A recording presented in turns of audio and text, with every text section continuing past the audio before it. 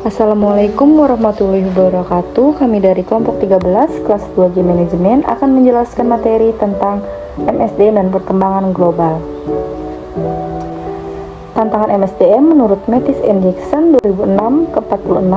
Pertama, ketersediaan dan kualitas angkatan kerja. Kedua, pertumbuhan angkatan kerja yang tidak tetap. Tiga, persoalan demografi. Empat, penyimbangan pekerjaan atau keluarga.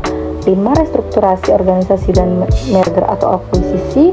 6. Perubahan ekonomi dan teknologi. Pendekatan pengembangan SDM sebagai paradigma baru dalam organisasi dan manajemen, yaitu 8 kecenderungan perlunya pengembangan SDM. Yang pertama, revolusi komputer atau sistem informasi atau era digital. 2. Pendidikan dewasa dan sepanjang hayat. 3. Meningkatkan internasionalisasi dan bisnis yang kompetitif. 4. Transformasi tenaga kerja dan pekerjaan yang mengandalkan tenaga otot dan pengetahuan diutamakan. 5. Penempatan kembali kursus-kursus dan seminar dengan kurikulum dan perpustakaannya sesuai paradigma baru. 6. Meningkatkan kecanggihan konsumen dan kepekaan terhadap sesuatu gaya perilaku atau produk yang sedang trendy atau kegiatan aktual. 7. Meningkatnya interdependensi antara sektor publik dan swasta, kemitraan atau aliansi. 8. Meningkatnya hubungan-hubungan simbiotik.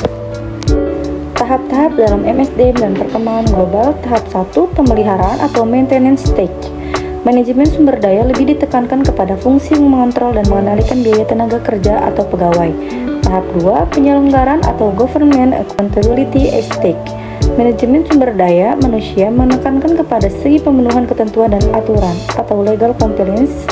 Tahap 3, keuntungan kompetitif atau competitive advantage stage. Tidak hanya menilai biaya dan keuntungan dari berbagai aktivitas sumber daya, melainkan juga bagaimana memperbaiki dan meningkatkan kemampuan, pengetahuan, dan potensi kreatif sumber daya yang terkait kepada sistem pengembangan karir. Konsekuensi tahap ketiga pengembangan MSDM. Munculnya pengembangan MSDM sebagai kawasan baru dalam ilmu administrasi dan manajemen. Yang pertama, tuntutan personal. Tahap kedua, tuntutan organisasional. Tahap ketiga, tuntutan dan ekspektasi sosial peran lembaga, pemerintah, dan BUMN atau BUMD. Prinsip dasar pengembangan manajemen. Pertama, sumber daya manusia adalah harta investasi yang paling penting yang dimiliki oleh suatu organisasi, sedangkan manajemen yang efektif adalah kunci bagi keberhasilan organisasi. Kedua, keberhasilan ini sangat mungkin dicapai jika kebijakan dan prosedur yang bertalian dengan manusia dari perusahaan organisasi itu saling berhubungan yang didasarkan pada perencanaan strategis untuk menunjang pencapaian tujuan organisasi. Pendekatan pengembangan SDM di era global. Pertama, pendekatan psikologi. Menurut David M.C. Cleland atau Achievement Motivation. 2. Menurut Everett Hagen adalah Creativity and Innovation. Ketiga, Daniel Goleman adalah Developing Emotional Intelligence in the Workplace. Kedua, pendekatan budaya, yaitu satu hasil penelitian Robert Belah terhadap budaya kerja Jepang. Prinsip dasar pengembangan SDM. 1. Sumber daya manusia adalah harta investasi yang paling penting yang dimiliki suatu organisasi, sedangkan manajemen yang efektif adalah kunci bagi keberhasilan organisasi. Tantangan pertama, globalisasi. Globalisasi mendominasi horizon persaingan. Konsepnya sendiri sudah lama, tetapi intensitas tantangan yang diciptakannya semakin terasa. Globalisasi memunculkan dan mensyaratkan pasar baru, produk baru, insight baru, kompetensi baru, dan cara pikir bisnis baru. Lingkungan kompetisi global, yaitu satu, perubahan terjadi sangat cepat, difusi kapasibilitas secara meluas dan cepat, keseimbangan sumber daya, para pesaing global baru atau world class players, peningkatan interdependensi di antara pasar lokal, nasional, dan global. Kebutuhan SDM dengan mindset, kompetensi dengan cara pikir global dengan kearifan lokal.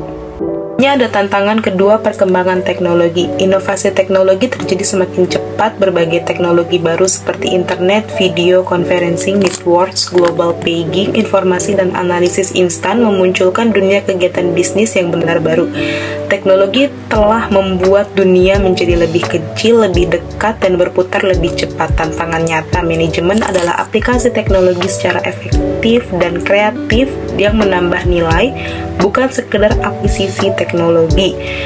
Tantangan ketiga yaitu bisnis berbasis kompetensi. Persaingan bisnis terjadi bukan antara produk tetapi antar kompetensi, mindset versus mindset.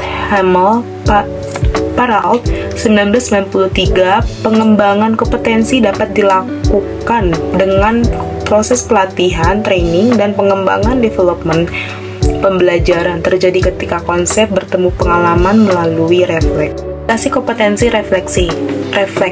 Kebutuhan sumber daya manusia yang mempunyai kapabilitas untuk belajar, ability to learn, dan berkembang, ability to deliver. Ini berarti sumber daya manusia tidak hanya menguasai action tetapi juga capacity to learn, pembelajaran to reflect. Tantangan keempat yaitu perspektif bisnis sebagai sistem. Tema konsisten persaingan di masa mendatang adalah pengembangan dan pengoperasian perusahaan yang akan lebih responsif terhadap nilai pelanggan. Customer focus, penciptaan nilai pelanggan adalah suatu system of interaction problems, bukan suatu masalah pemasaran atau masalah produksi dan sebagainya, serta tidak dapat dipenuhi hanya dengan menganalisis dan memahami nilai internet, tetapi harus dengan memadukan sistem nilai supplier, buyers, dan spends lainnya.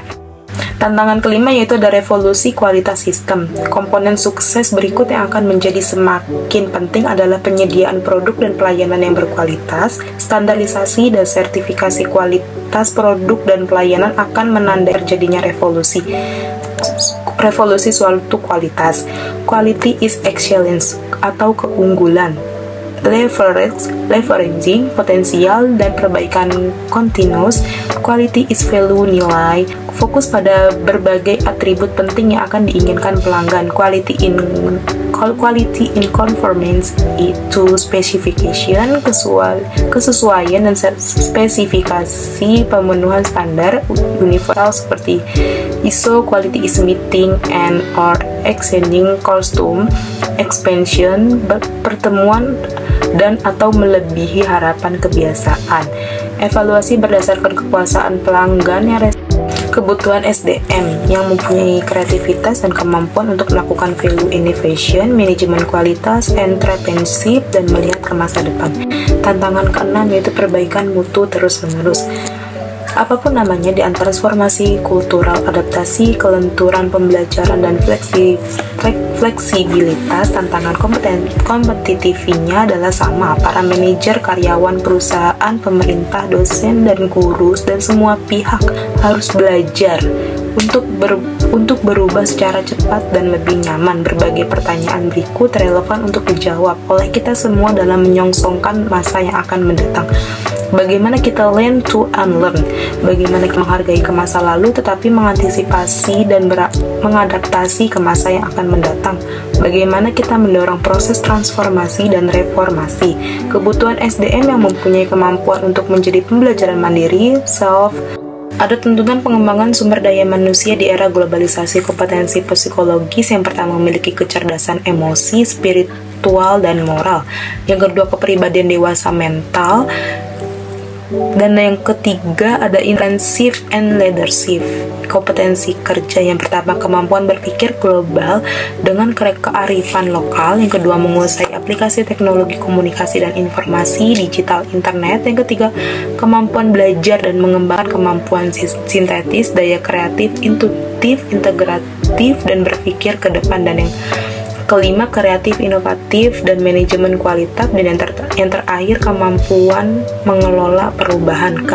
Kelas kasih sumber daya internasional. Expatriat adalah seorang karyawan yang bekerja dalam sebuah operasi yang bukan merupakan warga yang berasal dari negara di mana operasi itu ditempatkan. Dua warga dari tuan rumah. Seorang warga negara tuan rumah adalah seorang karyawan yang bekerja untuk sebuah perusahaan dan ditempatkan pada sebuah operasi yang dijalankan di negara tertentu. Hal yang dipelajari dalam manajemen sumber daya manusia internasional.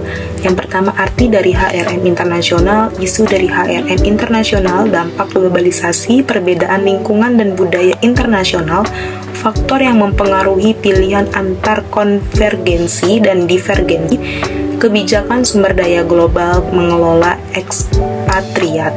Sekian dari kelompok kami, kurang lebihnya mohon maaf. Wassalamualaikum warahmatullahi wabarakatuh.